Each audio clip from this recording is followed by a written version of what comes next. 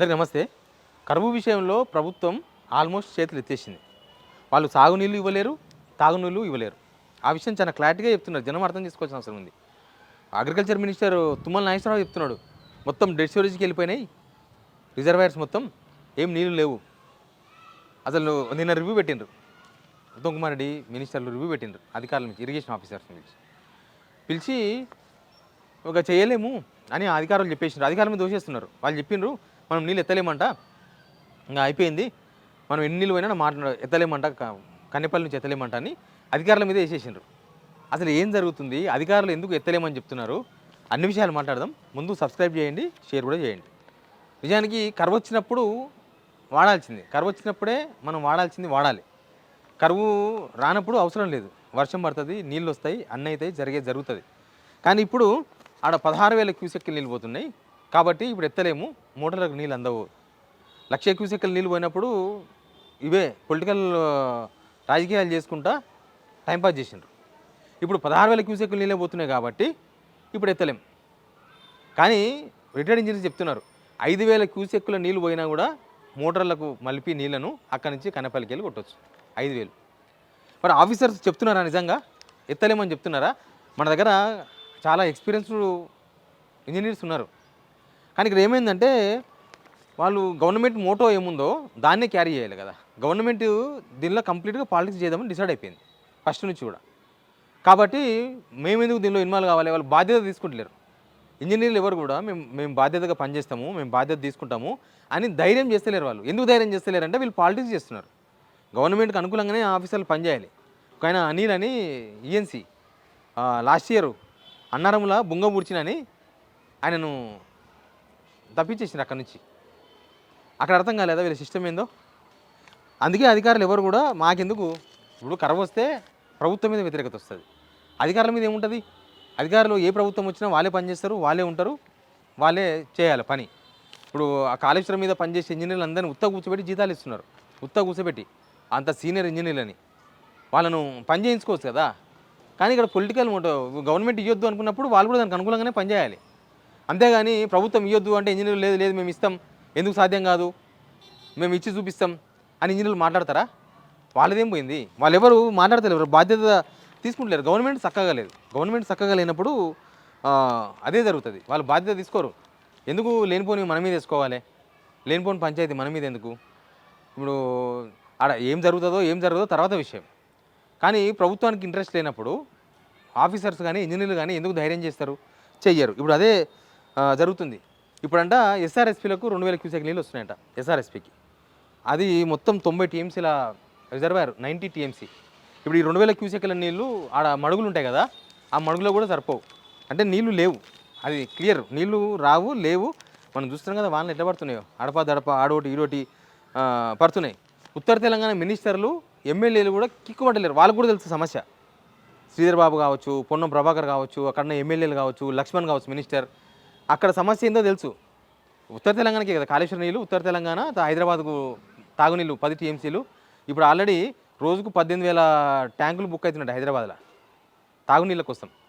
ఇవాళ బుక్ చేస్తే ఎప్పుడో వస్తాయంట, 10 రోజులకు 12 రోజులకు వస్తాయంట ట్యాంక్, వాటర్ ట్యాంక్. అంటే అంత గడ్డు పరిస్థితి. ఇప్పుడే మనం ఇంకా పోలేదు, మధ్యలో కూడా లేము, స్టార్టింగ్లో ఉన్నాం కరువుకు. ఇంకా మనం ఆగస్టు సెప్టెంబర్కు పోతే ఇక చాలా తీవ్రత మనం ఫేస్ చేయాల్సి వస్తుంది. ఇంకా దాని తర్వాత నెక్స్ట్ మళ్ళీ చలికాలం, సమ్మర్, మొత్తం ఏమవుతుందో కూడా తెలియదు. ప్రభుత్వానికి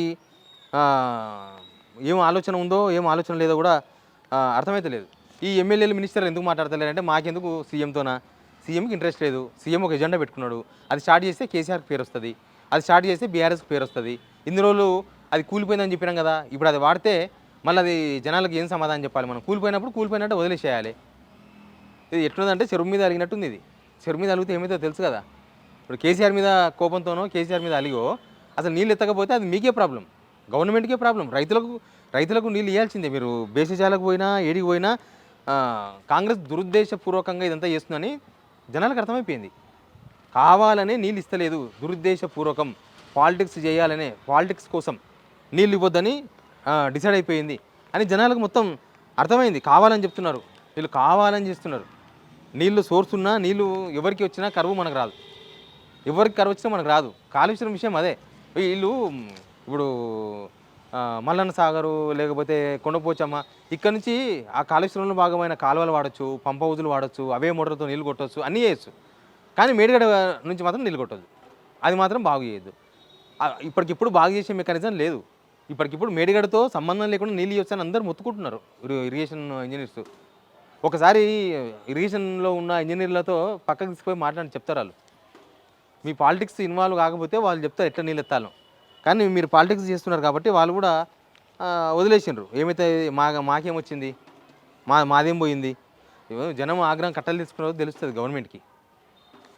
నీళ్ళు ఇవ్వకపోతే ఏడ కొనుక్కొని తాగుతారు? హైదరాబాద్లో 20 రూపాయల బాటిల్ కొనుక్కొని తాగుతారా? రేపు స్నానాలకి ఏంది హైదరాబాద్లో బయట ఊర్లలో అసలు ఎట్లా బతుకుతారు? వాళ్ళకు ఆడ తాగునీళ్ళు ఏంది? మిషన్ భగీరథ నీళ్ళు మొత్తం అయిపోతున్నాయి. ఇక 2 monthsలో రిజర్వాయర్స్ మొత్తం ఖాళీ కాబోతున్నాయి. ఎక్కడ నీళ్ళు లేవు మనకు అక్కడ తప్ప. కానీ బేషజాలకు పోతుంది గవర్నమెంట్. గ్రౌండ్ వాటర్ ఎట్లా మేనేజ్ చేస్తారు? గ్రౌండ్ వాటర్ ఉంటే కదా బోర్లు వండేది. అది ఎట్లా మేనేజ్ చేస్తారు? పంటలకు నీళ్ళు ఎట్లా ఇస్తారు? ఊర్లో తాగునీళ్ళు ఎట్లా ఇస్తారు? పరిశ్రమలకి ఎట్లా నీళ్ళు ఇస్తారు? విద్యుత్తు ఎట్లా తయారు చేస్తారు? కరెంటు ప్రాబ్లం కూడా వస్తుంది దీంతోన. పారిశ్రామిక వాడలు బంద్ అయిపోతాయి నీళ్ళు లేకపోతే. మొత్తం దాంతోనే ఉంటుంది కదా. ఈ జనాలకు రాజకీయాలతో సంబంధం లేదు. రైతులను ఆదుకోవాలి, రైతులను ప్రజలను గవర్నమెంట్ ఆదుకోవాలి. ఆ ప్లాన్ ఉండాలి గవర్నమెంట్ దగ్గర. అంతేగాని మీరేదో రాజకీయాలు చేసి మనం అన్నట్టు ఇప్పుడు గ్రౌండ్ వాటర్కో తాగునీళ్ళకో వీళ్ళ దగ్గర ఉన్న ప్లాన్ ఉందా? యాక్షన్ ప్లాన్ ఉందా? ఎస్, అది బీఆర్ఎస్ గవర్నమెంట్లో కట్టిండ్రు, బీఆర్ఎస్ గవర్నమెంట్లో కూలింది అని చెప్తున్నారు వీళ్ళు. కానీ అంతకన్నా పెద్ద తప్పు చేస్తున్నారు మీరు. ఇక్కడ ఏమనుకుంటున్నారు వాళ్ళంటే ఇదంతా కేసీఆర్ మీద కొత్తది అనుకుంటున్నారు. కేసీఆర్ కట్టిన ప్రాజెక్టు కూలిపోయిందని చెప్పొచ్చు మనం, ఇంకా అదే మాట్లాడదాం అనుకుంటున్నారు వాళ్ళు. కానీ జనానికి అర్థమైపోయింది, జనానికి ఫుల్ అర్థమైపోయింది. దానికి అప్పుడు కుంగిపోయినది బీఆర్ఎస్కు జరిగిన డ్యామేజ్ కన్నా ఈ కరువుతోన కాంగ్రెస్కు డబుల్ త్రిబుల్ డ్యామేజ్ జరగబోతుంది. జనానికి కావాల్సింది అల్టిమేట్ నీళ్ళు. రేవంత్ రెడ్డి ఉన్నాడా, కేసీఆర్ ఉన్నాడా సీఎంగా, ఇంకోరు వచ్చినా అనవసరం. అవకాశం ఉన్నా కూడా వాడుకోకపోవడం. అవకాశం ఉండి అవకాశం లేదు అంటే అర్థం చేసుకుంటారేమో, సరేలే అవకాశం లేదు, కరువు వచ్చింది దేశమంతా అని. కానీ ఇక్కడ కరువు వచ్చింది, నీళ్లు కనిపిస్తున్నాయి కళ్ళ ముందల, ఆ నీళ్ళని ఎత్తిపోయినకే ప్రాబ్లం అవుతుంది. ఎక్కడ ప్రాబ్లం వస్తుంది? అఖిలపక్ష సమావేశం పెట్టండి, తీసుకొని పోండి ఆడికి, కనపల్లికి తీసుకుపోండి, ఆ రిటైర్డ్ ఇంజనీర్లను పిలిచి మాట్లాడండి, వాళ్ళని తీసుకొని పోండి. వాళ్ళు చాలు చేయొచ్చు అని చెప్తున్నారు కదా మోటార్లు, వాళ్ళని తీసుకొని పోండి. ఇవన్నీ ఉన్నాయి. అయితే మన దగ్గర ఇప్పుడు ఎవరైతే ఇంజనీర్లు పనిచేస్తున్నారో వాళ్ళు మాత్రం మాకు అవసరం లేదు, మాకెందుకు వీళ్ళ పాలిటిక్స్లో మేము ఎందుకు ఏలు పెట్టాలి, రేపన్నా అటు ఇటు అయితే మళ్ళీ మా మీద సస్పెన్షన్లు పెడతారు, మా మీద కేసులు పెడతారు, ఏసీబీ రైట్స్ చేపిస్తారు. మనం అటు ఇటు చేస్తే ఎడపడం చేస్తే ఏసీబీ రైట్స్ చేపించి ఈయన 100 కోట్లు సంపాదించారని చెప్పేసి కేసు పెడతారు, సస్పెన్షన్ చేస్తారు. ఇవన్నీ ఎందుకు మాకు? ఈ తిప్పలంతా ఎందుకు? ఇది ఇప్పుడు ఇంజనీర్స్ మాట్లాడుకుంటున్న మాటలు. అందుకే వాళ్ళు అదే సలహా ఇస్తారు, నీళ్ళు ఎత్తలేమనే సలహా ఇస్తారు. గవర్నమెంట్ మూడ్ ఆఫ్ ఎట్లుంటే అధికారులు ఇంజనీర్లు అట్లా పనిచేస్తారు. కానీ ఇది అల్టిమేట్గా గవర్నమెంట్కే ప్రాబ్లం, ఇంజనీర్లకు ప్రాబ్లం కాదు. గవర్నమెంటే ఈ సమస్యకు ఖచ్చితంగా చెల్లించాల్సి వస్తుంది. ఖచ్చితంగా దీనికి బాధ్యత గవర్నమెంటే పాటించాల్సి వస్తుంది. ఉత్తర తెలంగాణ పోయి రైతులను పలకరించండి ఎట్టుందో. ఒక మినిస్టర్ కానీ ఒక ఎమ్మెల్యే కానీ రైతుల దగ్గర పోయే ధైర్యం ఉందా ఇప్పుడు? లేదు. రేపు హైదరాబాద్కు ఇష్యూ వస్తే, హైదరాబాద్లో తాగునీళ్ళు ఇష్యూ వస్తే, హైదరాబాద్లో పారిశ్రామిక వాడలకు ఇష్యూ వస్తే, కరెంటు ప్రాబ్లం వస్తే గవర్నమెంట్ ఏం చేస్తుంది? గవర్నమెంట్ దగ్గర ఏ ప్లాన్, బి ప్లాన్ ఏమైనా ఉందా? మీరు పోయి మహారాష్ట్ర నడుక్కున్నా, కర్ణాటక నడుక్కున్నా ఒక టీఎంసీ నీళ్ళు ఇస్తారు. ఒక టీఎంసీ నీళ్ళతో ఏం చేస్తారు? ఒక టీఎంసీ నీళ్ళతోన ఒక హైదరాబాద్లో దేనికి సరిపోవు. వేరే టౌన్లలో కూడా 2 రోజులు కూడా నీళ్ళు సరిపోవు మీరు ఒక్కొక్క టీఎంసీ పట్టుకొస్తే. వాళ్ళు కూడా కరువే ఉంది, వాళ్ళు ఏం చేస్తారు? ఇప్పుడు ఛత్తీస్గఢ్లో కూడా వానలు తగ్గిపోయినాయి. ఛత్తీస్గఢ్ అడుగులో వానలు పడుతున్నాయి కదా, మనకు ప్రాణహిత చేవేళ్ళ ప్రాణహిత నుంచి నీళ్ళు వచ్చేది మేడిగడ్డకు. ఇప్పుడు ఆడ కూడా వర్షాలు తగ్గిపోయినాయి ఛత్తీస్గఢ్లో. అందుకే ఫస్ట్ 1,00,000 క్యూసెక్కులు నీళ్ళు ఉన్నది, అది 60,000, 70,000, 50,000, లాస్ట్కు 16,000 క్యూసెక్కులు ఉన్నాయి. ఆడ వర్షం వస్తే తప్ప ఇది పెరగదు. ఇప్పుడు కూడా నీళ్ళు ఎత్తొచ్చు అని చెప్తున్నారు ఇప్పుడు కూడా. కానీ అధికారులు చెప్తున్నారు మేము అధికారులు చెప్తున్న దాన్ని మేము ఫాలో అవుతాం అంటారు. అధికారులు ఏంది? గవర్నమెంట్ ఆ మూడ్లో ఉంది, గవర్నమెంట్ కాళేశ్వరం విషయంలో నెగిటివ్ మూడ్లో ఉంది. అవి నీళ్ళు ఎత్తొద్దని గవర్నమెంట్ డిసైడ్ అయిపోయింది. అట్లా డిసైడ్ అయినప్పుడు మేము ఎవరని చెప్పనికే, మేము ఎందుకు చెప్తాం, మేము చెప్పి మేము బలి కావాలన్నా అని ఇంజనీర్లు ఎవరు కూడా బాధ్యత తీసుకుంటలేరు. వాళ్ళ మీద చాలా ఉన్నాయి కదా, కాళేశ్వరంలో పనిచేసే ఇంజనీర్లు అంటే వాళ్ళందరినీ దొంగల్లాగా చూస్తుంది గవర్నమెంట్. మరి వాళ్ళు మాత్రం ఎందుకు సాహసం చేస్తారు? వాళ్ళు మాత్రం ఎందుకు గవర్నమెంట్కు వద్దు అన్నదాన్ని లేదు నీళ్ళు కొట్టొచ్చు అని చెప్తారు? చెప్పరు. ఎనీవే ఇంకా గవర్నమెంట్ మూల్యం చెల్లించుకునే తరుణం వచ్చింది అనిపిస్తుంది. మీరు అధికారుల పేర్లు తప్పించుకోవచ్చు కానీ జనాల నుంచి మాత్రం తప్పించుకునే అవకాశం కనిపిస్తలేదు. Please subscribe.